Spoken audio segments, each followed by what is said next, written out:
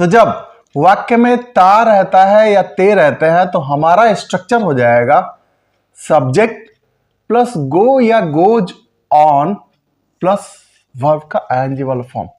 देखो समझो, इन वाक्यों को जरा सा ध्यान से पढ़ना। वाक्य है वह पढ़ता रहता है, तुम खेलते रहते हो, राम गाता रहता है और सीता सोती रहती है। क्या पता चलता है इन वाक्यों को पढ़ने से? इन वाक्यों को पढ़ने से सिर्फ यही बात समझ में आ रही है कि जो कार्य है वो कर्ता के द्वारा पास्ट टेंस में भी किया गया था, पास्ट टाइम पे भी किया गया था, वर्तमान टाइम पे भी किया जा रहा है और साथ फ्यूचर टाइम में भी ये कार्य होता रहेगा। मतलब यह जो काम है कर्ता के द्वारा लगातार पिछले समय से अभी तक किया जा रहा है। तो ऐसे वाक्यों को जब हम अंग्रेजी में ट्रांसलेट करेंगे तो सिर्फ हमारा यही एक स्ट्रक्चर होता है। इस स्ट्रक्चर को याद करने के बाद इन वाक्यों को जब आप अंग्रेजी में ट्रांसलेट करोगे ना तो वो आसान हो जाएगा। स्ट्रक्चर को फिर से देखते हैं। सब्जेक्ट प्लस गो या गोज के साथ हम ऑन का प्रयोग करेंगे और अंत में वर्ब का आईएनजी वाला फॉर्म लगा देंगे तो ट्रांसलेशन कंप्लीट हो जाएगा हमारा। चलो अब वाक्य को ट्रांसलेट करते हैं। सेंटेंस है हमारा वह पढ़ता रहता है, सब्जेक्ट है हमारा ही के साथ हम गोज ऑन का प्रयोग करते हैं, ही गोज ऑन। अब पढ़ता रहता है, वर्ब है हमारा पढ़ना, तो पढ़ना वर्ब का हम आईएनजी वाला फॉर्म यूज करेंगे तो ही गोज ऑन रीडिंग। क्या हो जाएगा जी? वह पढ़ता रहता है, ही गोज ऑन रीडिंग। बस यही तो है और क्या है। आपको लग रहा था कि सर इतना टफ है ये, सर ये ट्रांसलेशन कैसे बनेगा? हमने तो बनाया है वो पढ़ता है, हमने तो बनाया वो पढ़ रहा है, हमने तो बनाया कि वो पढ़ता था थे थी है वाले हैं, ता है वाला है। लेकिन ये ता रहता है वाला वाक्य आ जाए तो फिर क्या होगा? अरे बेवकूफो, कुछ नहीं होता है। पैटर्न स्ट्रक्चर याद रखो। फिर नेक्स्ट वाक्य है तुम खेलते रहते हो। देखो सब्जेक्ट है हमारा तुम, तो यू के साथ हम गो लगाएंगे। यू गो ऑन खेलना, playing. You go on playing. कितना इजी है भाई, कितना इजी है। जब तक आप समझ नहीं पाओगे, जब तक आप ये स्ट्रक्चर पैटर्न नहीं पता था आपको, आपके लिए टफ लग रहा था, अब स्ट्रक्चर पता चल गया है तो ट्रांसलेशन कितना इजी हो गया।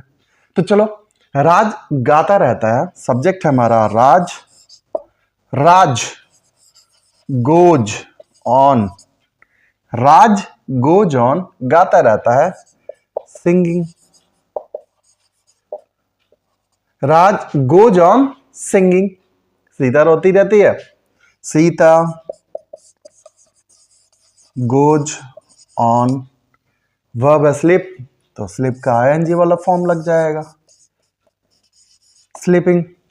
सीता सोती रहती है, सीता गोज ऑन स्लीपिंग।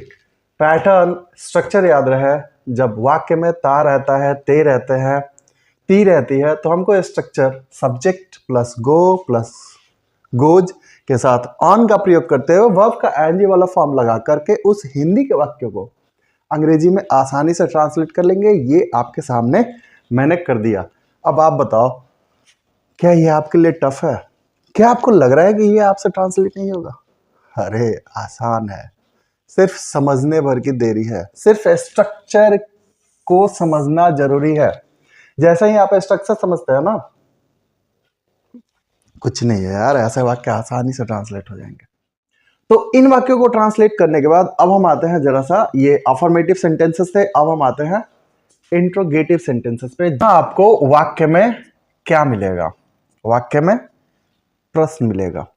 तो जब ऐसे वाक्य हो, पैटर्न हमारा इधर दिया हुआ है, ये हमारा स्ट्रक्चर है, तो हम क्या करेंगे कि क्या के लिए हम डू या डस को बाहर कर देंगे, क्योंकि इसका वर्ब, इसका एक्जुलेटरी वर्ब हमारा डू या डज है जो कि छुपा हुआ है। तो डू या डज को हम बाहर कर देंगे और हमारा सारा का सारा स्ट्रक्चर सेम रहेगा। तो फिर तो और आसान है ना। लेकिन याद रखना, जब डू या डज का प्रयोग करना, जब डज का स्पेशली प्रयोग करना, तो गोज प्रयोग नहीं होगा। पहले स्ट्रक्चर देख लेते हैं। तो ये हो जाएगा डू या डज के बाद सब्जेक्ट, डू या डज के बाद सब्जेक्ट के बाद गो ऑन ही रह जाएगा, गोज ऑन का प्रयोग नहीं होगा। के बाद वर्ब का आईएनजी वाला फॉर्म लगा देंगे और लास्ट में क्वेश्चन मार्क। क्या वह पढ़ता रहता है? तो वह है, तो डज हो जाएगा, does he go on reading. Does he go on reading? कितना आसान है। क्या तुम खेलते रहते हो? डू होगा। Do you go on playing? Question mark.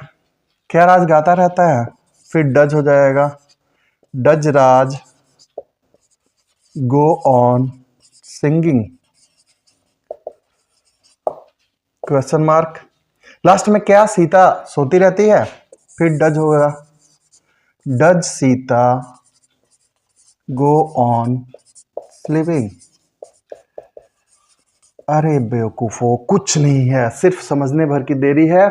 सिर्फ एक स्ट्रक्चर आपको पता हो तो आप खुद से दूसरे स्ट्रक्चर भी कंप्लीट कर लेंगे। और जब स्ट्रक्चर पता ही चल जाएगा तो ऐसे वाक्यों को ट्रांसलेट करने में टाइम ही कितना लगेगा। एकदम इजी है, एकदम इजी है। आप सिर्फ समझ जाओ स्ट्रक्चर को और ऐसे वाक्यों को आसानी से आप ट्रांसलेट कर लोगे, कोई परेशानी नहीं होगी।